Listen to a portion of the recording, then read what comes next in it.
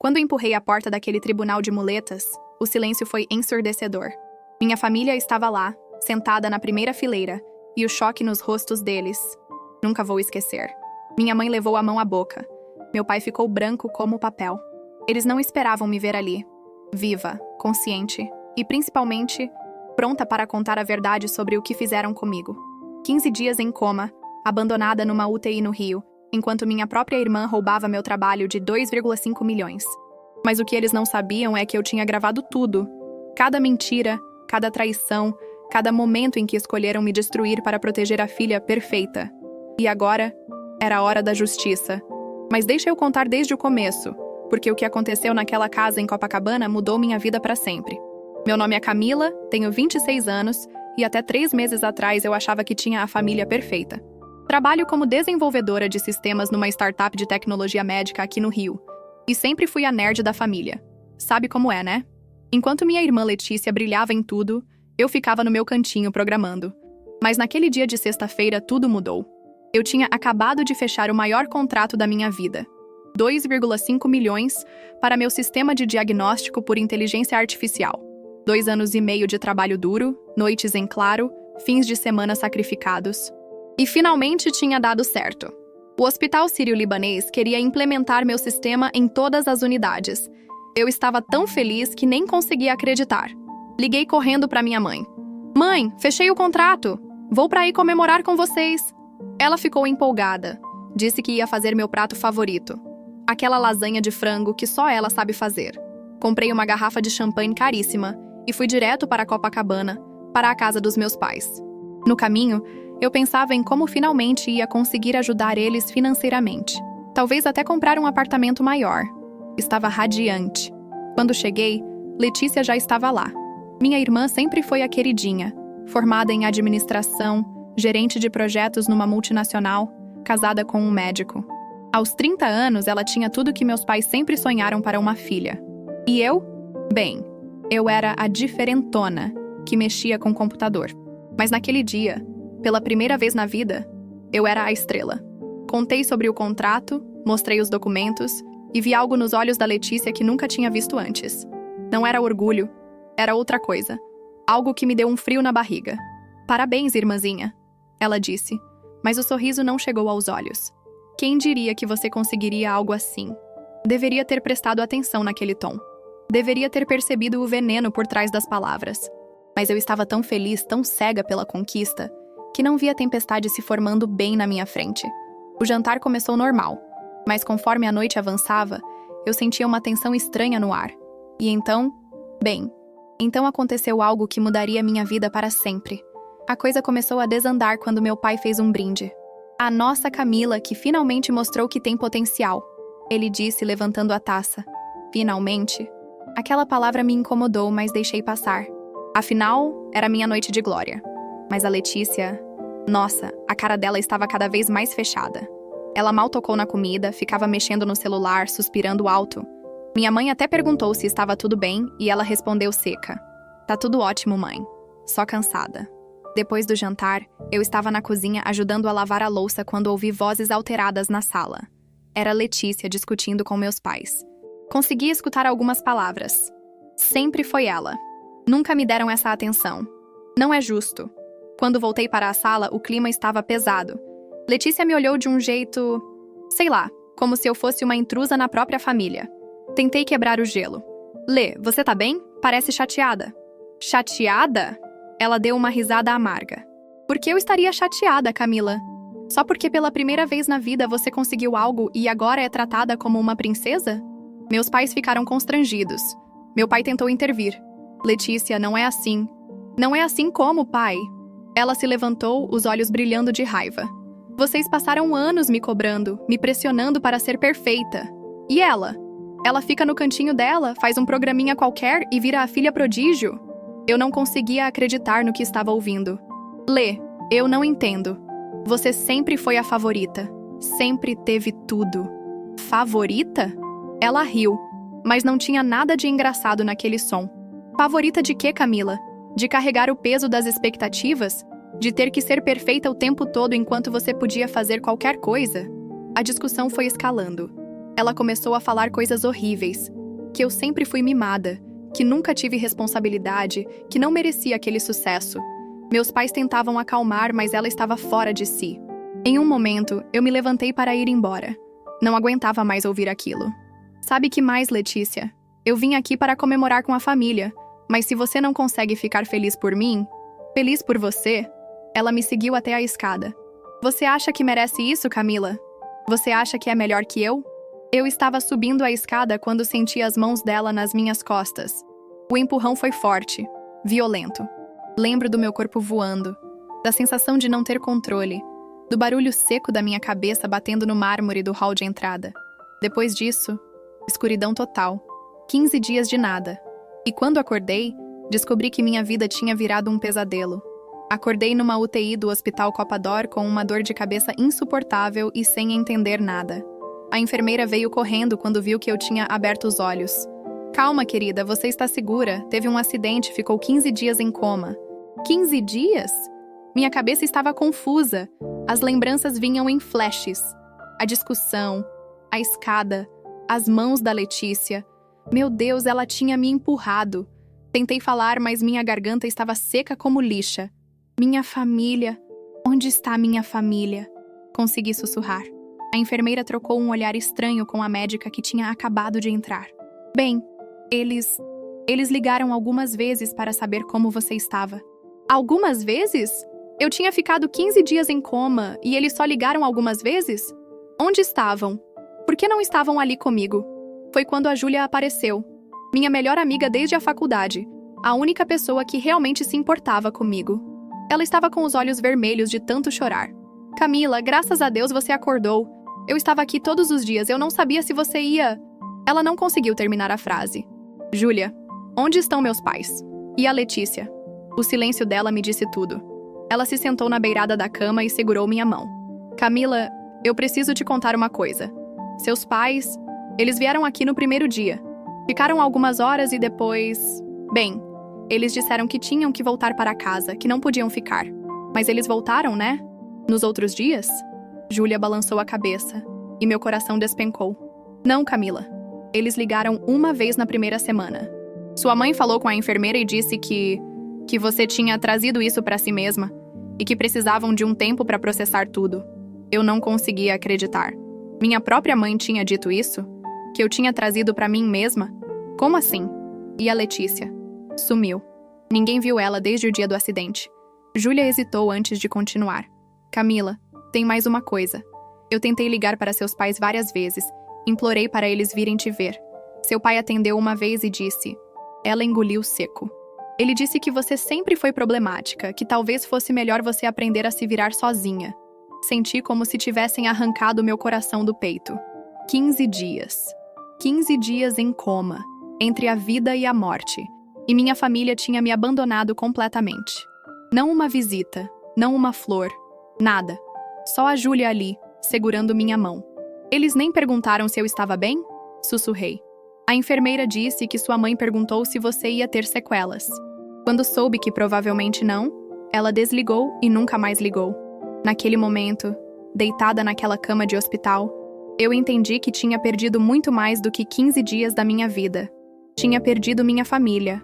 Ou melhor, tinha descoberto que nunca realmente tive uma. 3 dias depois de acordar, eu ainda estava processando o abandono quando a Letícia apareceu. Ela entrou no quarto como se nada tivesse acontecido, com um buquê de flores e aquele sorriso falso que eu conhecia tão bem. Oi, irmãzinha. Como você está se sentindo? Eu a encarei, ainda fraca, mas com uma raiva crescendo no peito. Como eu estou? Letícia, você me empurrou da escada! Ela olhou ao redor, verificando se alguém estava ouvindo, e se aproximou da cama. O sorriso sumiu completamente. Cuidado com o que você fala, Camila. Você bateu a cabeça, pode estar confusa. Acidentes acontecem. Acidente? Minha voz saiu mais alta que eu queria. Você me empurrou. Prove. Ela sussurrou, se inclinando sobre mim. Você acha que alguém vai acreditar em você? Uma pessoa que ficou em coma com traumatismo craniano? Contra mim, que sempre fui a filha responsável? Aquelas palavras me gelaram. Ela estava certa. Quem ia acreditar em mim? Aliás, ela continuou, ajeitando as flores no vaso. Espero que você tenha aprendido a lição. Algumas pessoas nascem para brilhar, outras para ficar na sombra. Você esqueceu qual é o seu lugar. Depois que ela saiu, fiquei em choque. Não era só o empurrão. Havia algo mais sinistro acontecendo. Foi quando a Júlia voltou, e pela cara dela, eu sabia que tinha más notícias. Camila, eu preciso te contar uma coisa. Tentei acessar sua conta bancária para pagar algumas contas suas, como você tinha me pedido antes. Ela parou, respirou fundo. Suas contas estão congeladas. Como assim congeladas? Incapacidade mental temporária. Alguém entrou com um pedido judicial alegando que você não tem condições de administrar seus bens devido ao traumatismo. Meu sangue gelou.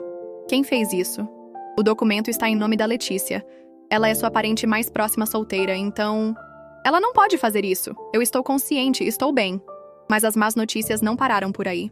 Júlia me contou que a Letícia tinha aparecido na empresa onde eu trabalhava, se apresentando como minha representante legal devido ao meu estado. Ela tinha acesso aos meus projetos, aos meus códigos, a tudo. Camila, tem mais. O contrato de 2,5 milhões. Ela está tentando transferir para o nome dela.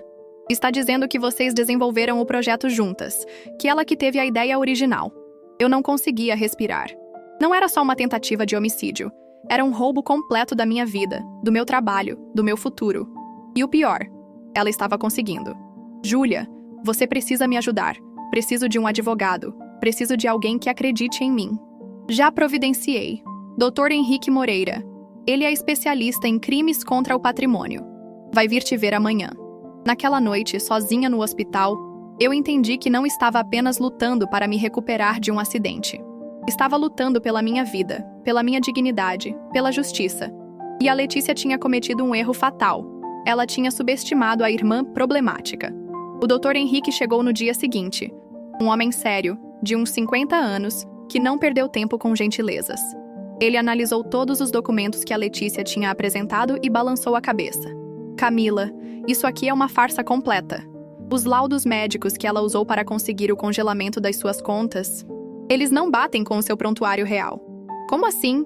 Segundo estes documentos, você teria sequelas cognitivas graves, perda de memória severa, incapacidade de raciocínio lógico. Mas você está aqui, lúcida, conversando normalmente comigo. Ele me mostrou os papéis. Alguém alterou seus prontuários médicos. Foi quando a doutora Carla, minha neurologista, entrou no quarto. O Dr. Henrique aproveitou para questioná-la sobre meu estado real. Doutor, posso garantir que a Camila não tem nenhuma sequela cognitiva. O traumatismo foi superficial. Ela teve sorte. Estes laudos aqui... Ela pegou os documentos e franziu a testa. Isso não é meu relatório. Alguém modificou completamente minha avaliação. Bingo. Tínhamos nossa primeira evidência real. Dr. Henrique me orientou sobre o que fazer a seguir. Precisamos de mais provas. Sua palavra contra a dela não vai ser suficiente. Você precisa fazê-la confessar. Como? Chame ela para um café. Grave a conversa. Se ela se sentir segura, pode acabar falando demais. 3 dias depois, eu estava sentada numa mesa do Starbucks da Barra da Tijuca, com um gravador minúsculo que Dr. Henrique tinha me dado. Meu coração batia descompassado quando vi a Letícia chegando. Ela se sentou com aquela arrogância de sempre. Que bom que você está melhor, Camila. Espero que tenha entendido a situação. Que situação, Lê? Ora, você sabe. Seus problemas mentais, a incapacidade... É melhor deixar essas coisas complicadas comigo. Eu sempre fui melhor com negócios. Você está falando do meu projeto? Da minha IA? Ela riu. Seu projeto? Camila, você realmente acha que conseguiria algo assim sozinha? Eu que dei todas as ideias, eu que fiz os contatos. Você só...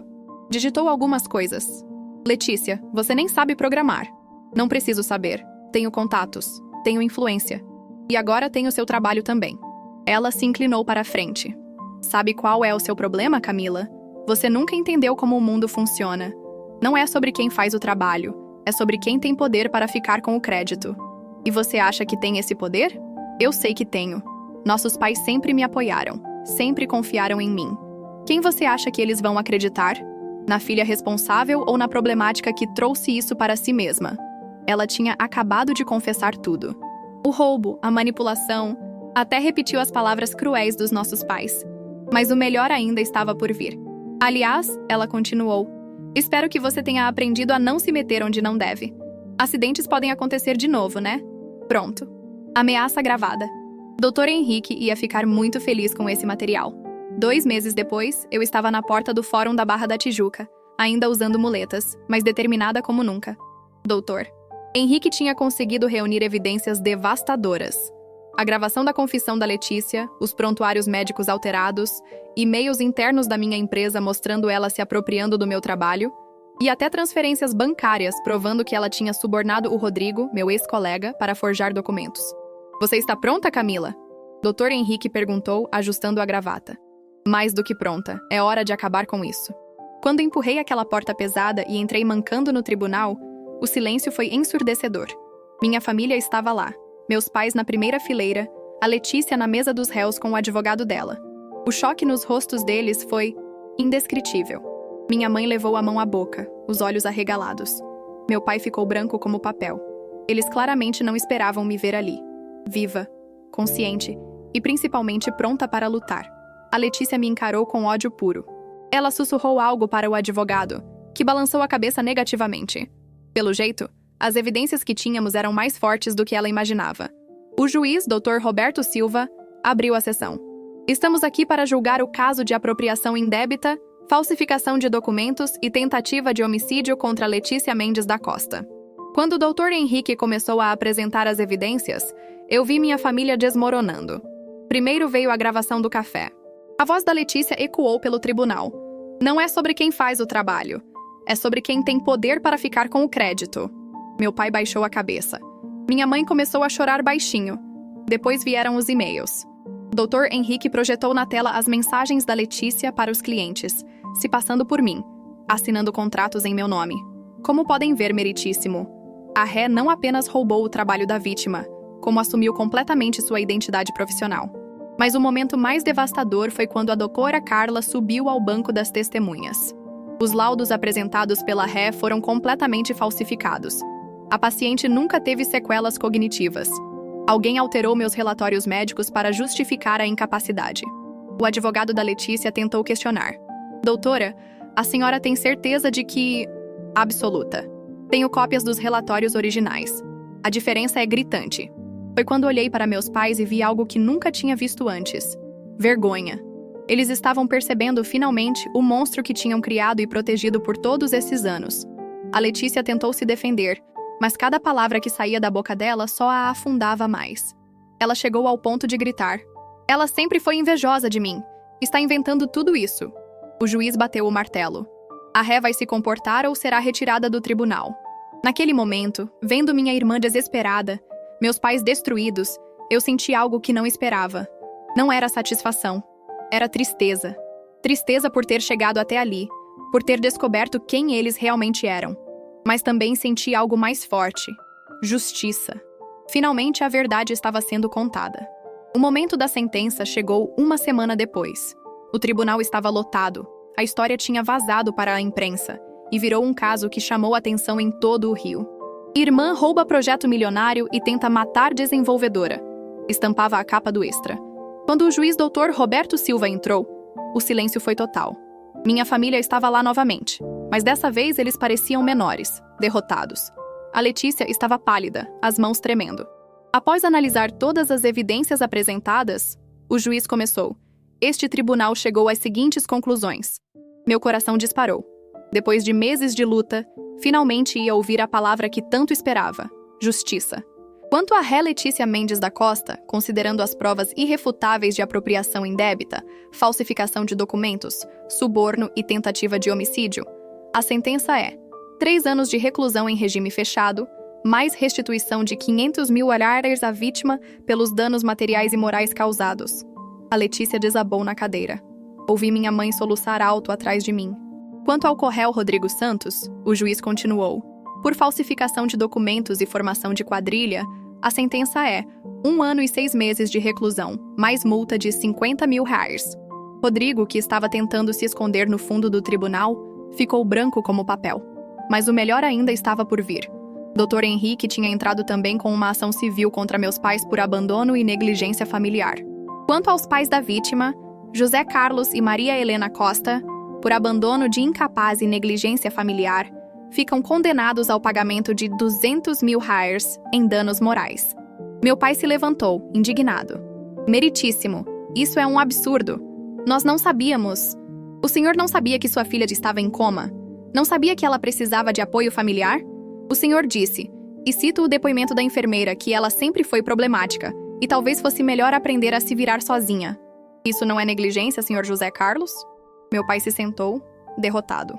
Além disso, o juiz continuou, fica determinado que todos os direitos sobre o projeto de inteligência artificial retornam integralmente à legítima proprietária, Camila Mendes da Costa, assim como o contrato de 2,5 milhões de reais com o Hospital Sírio-Libanês.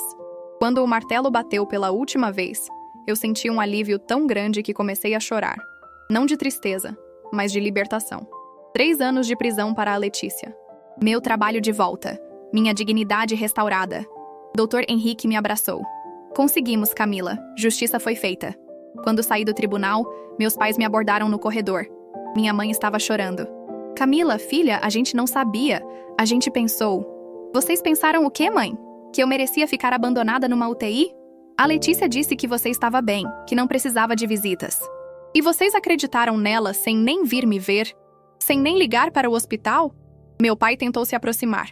Camila, a gente pode conversar, tentar resolver. Resolver? Eu ri, mas não tinha nada de engraçado. Vocês tiveram 3 meses para resolver. Escolheram proteger quem tentou me matar. Foi quando aconteceu algo que mudou tudo para sempre. Sem que eles percebessem, meu celular estava gravando a conversa toda.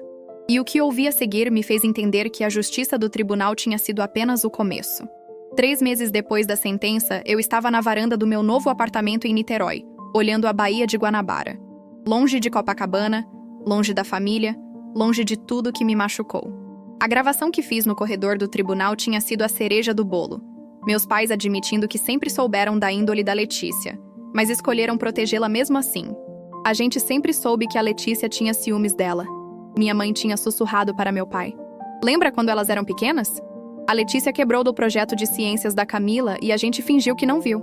É, mas a Letícia sempre foi nossa menina dourada. A Camila sempre foi... diferente.